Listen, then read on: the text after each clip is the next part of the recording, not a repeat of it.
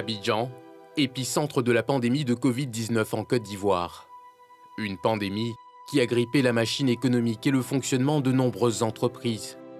Entre le ralentissement de l'activité, les mesures de distanciation sociale pour ralentir la propagation du virus, les entreprises sont parfois contraintes à des choix difficiles. Yopougon, en plein cœur de la zone industrielle. Devant le siège de cette entreprise de fabrication de mèches, des employés désespérés. Des syndicalistes comme Alexis Kouadio venus plaider auprès de leur employeur la cause de travailleurs dont les postes sont impactés en raison de la crise sanitaire. Aujourd'hui, il y a plein de travailleurs qui sont au chômage technique.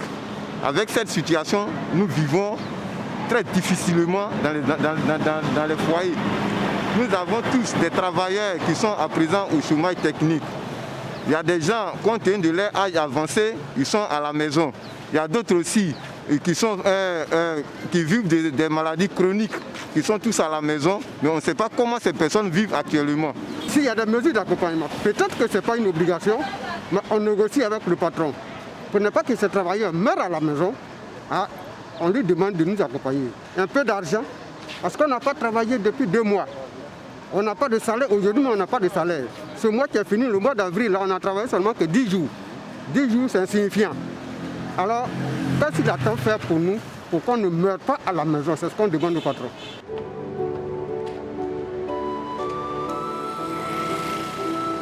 Entre les murs de l'entreprise et à l'abri du regard de la caméra, de longues négociations.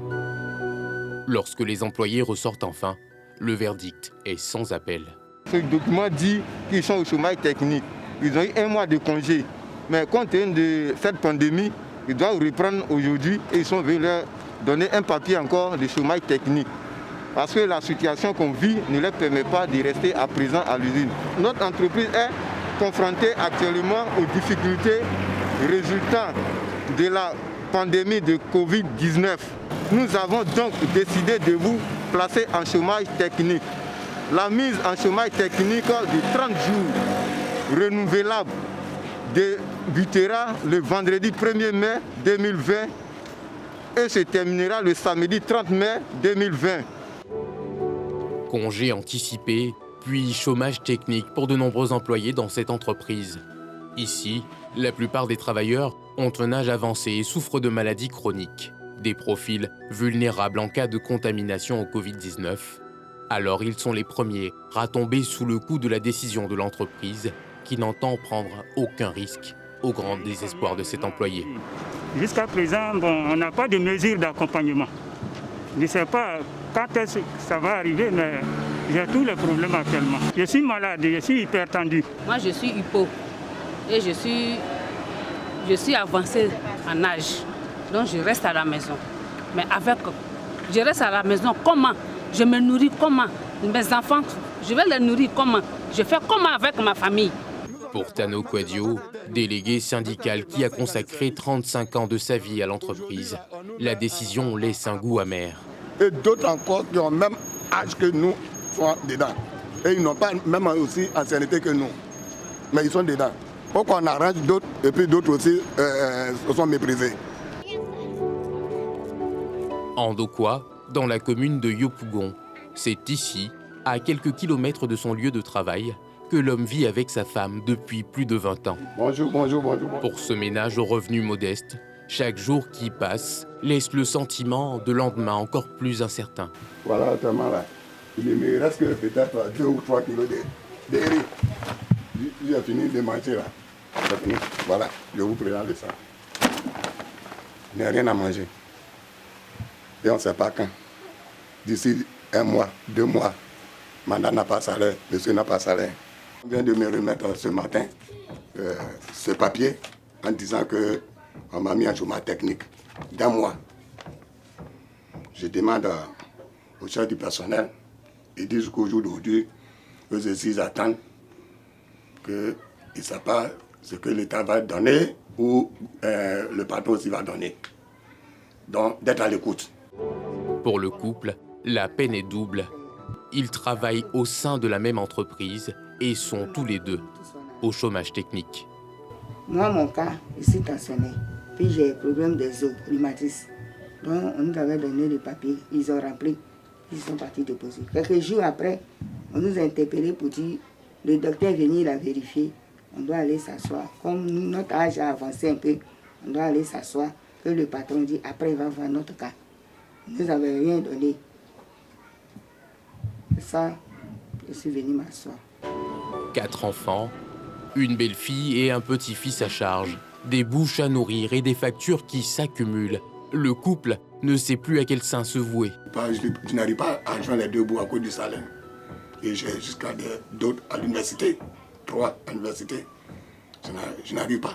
La pandémie m'inquiète parce qu'on ne sait pas quand ça va prendre fin. Or, le patron aussi, selon le contenu de son courrier, il a dit que pour le moment, il n'est pas à mesure de nous faire appel tant que le gouvernement n'a pas décidé. Les syndicalistes réussissent à obtenir un ultime rendez-vous avec la direction de l'entreprise dans l'espoir d'obtenir des mesures d'accompagnement et soulager leur quotidien. Sans surprise, l'issue des échanges est la même. L'entreprise ne peut faire plus pour ses travailleurs. Après un tête-à-tête avec le directeur général de l'entreprise, Alexis Quadio, le responsable syndical, et le responsable commercial de l'entreprise ont la lourde responsabilité de faire entendre raison à leurs collaborateurs. C'est une situation mondiale qui nous attriste tous. Ce n'est pas un plaisir pour le patron de mettre des pères de famille, des mères de famille à la maison. Il y a assez de charges. Et pour pouvoir supporter tout ça, il y a des sacrifices à faire. Et ces sacrifices, c'est chacun de nous qui doit compatir à ce sacrifice. Yopougon Sikoji. Ici, Nicole Kofi est également en situation de chômage technique. Et en attendant des jours meilleurs et un retour à la normale, cette mère de 5 enfants essaie d'occuper ses journées comme elle peut. Je suis en chômage technique. Ils ont dit qu'au travail, il y a un problème au niveau de la société. Donc, ils allaient soit enlever 30% sur notre salaire ou bien aller au chômage technique. On a dit que notre salaire était peu, qu'on ne pouvait pas accepter que notre salaire soit diminué. Raison pour laquelle ils ont décidé de nous mettre au chômage technique. Dans ce courrier reçu de la part de son entreprise, même son de cloche, les difficultés économiques sont le principal motif du chômage technique. Comme vous le savez, notre société est actuellement confrontée aux graves difficultés suivantes. Baisse de son chiffre d'affaires. Pour Nicole, la situation est beaucoup plus complexe. Les difficultés avaient commencé avant la crise du coronavirus. Je crois que ça fait 6 mois que les gens nous payent un tiers sur le salaire. 2 fois dans le mois, le salaire, on nous donne un tiers à telle période. Ils peuvent attendre même que le mois même finisse encore. En temps, le mois qui est en cours, lui aussi on doit percevoir le salaire là-bas. Donc on va jusqu'à ce moment où je vous parle, mais il y a des gens qui n'ont pas encore fini de percevoir le salaire de choses masse. Une situation difficile pour cette famille qui voit ses revenus considérablement réduits. La bourse se vide et les esprits s'échauffent au point d'entraîner quelques tensions au sein du couple. La situation a changé beaucoup de choses. Il faut dire que ma femme et moi, elles m'aident souvent, elles m'aident beaucoup. Et maintenant que tout est bloqué à son niveau, elle ne travaille plus, tout doit maintenant peser sur moi. Et c'est moi maintenant qui fais tout. Et ça rend nerveux. Ça rend nerveux quand elle sent qu'elle ne peut pas aider son mari. Et puis son mari aussi ne peut pas tout faire. Ça la rend nerveuse. Donc il y a des moments où elle peut s'énerver et dire des choses. Mais on arrive à comprendre. Nicole est également responsable syndicale dans son entreprise. Et parfois, elle reçoit des collègues de travail à son domicile. Cet après-midi, c'est Fabrice Lecpo, également en chômage technique, qui vient s'enquérir de l'évolution de la situation. J'ai décidé de venir prendre un peu des renseignements compte tenu de notre situation. C'est pour ça que j'ai passé pour...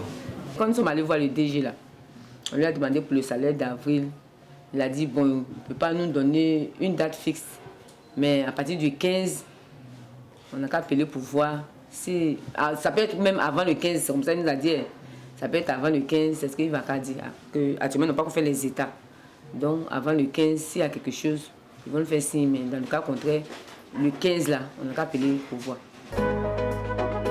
Fabrice, comme de nombreux employés, est asphyxié par la détresse économique. Sans revenus, l'homme souffre également d'une maladie chronique qu'il doit continuer de soigner. Ma camarade, on vit ensemble. Je paye aussi son métier chaque mois, sans compris aussi la maison qui est là, et puis aussi la nourriture, le déplacement. Bon, et puis aussi moi aussi, je suis dans un cas aussi délicat. Moi aussi diabétique. J'utilise aussi l'insuline, 8000 par semaine.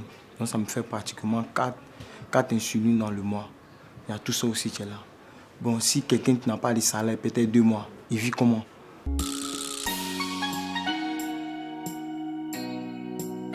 Pour Ulrich J., expert en législation du travail et administrateur principal du travail et des lois sociales au Conseil national du dialogue social, la crise du coronavirus n'était pas prévisible. Conséquence, les textes qui encadrent la situation ne reflètent pas la réalité sur le terrain. Que ce soit le chômage technique, les congés anticipés ou même le travail à temps partiel, c'est des dispositions qui existent dans notre législation et qui aujourd'hui sont exploitées parce que c'est elles qui permettent des possibilités aux entreprises qui connaissent cette crise inédite-là. Maintenant, l'application sur le terrain souffre parce qu'on se rend compte que les travailleurs sont dans la précarité. Ils ont du mal à joindre les deux bouts déjà, surtout qu'on n'a pas d'activité extra qu'on puisse faire. Et donc, c'est pourquoi l'accompagnement de l'État devient un accompagnement important. Mais cet accompagnement n'est pas fait parce que les tests n'ont pas prévu. Il faut certainement amender ces tests-là et prévoir cet accompagnement-là. L'État pourrait mettre à la disposition de la CNPS des moyens, puisque la CNPS est en contact avec les travailleurs et les employeurs. Mais c'est des choses auxquelles il faut penser, qu'on proposera après coup. En Côte d'Ivoire, la Confédération générale des entreprises de Côte d'Ivoire indique que près de 25 000 travailleurs ont été mis en chômage technique et 176 ont été licenciés dans la période de mars à fin avril du fait de la pandémie de coronavirus. Des chiffres qui pourraient augmenter en l'absence de mesures adaptées pour protéger les emplois.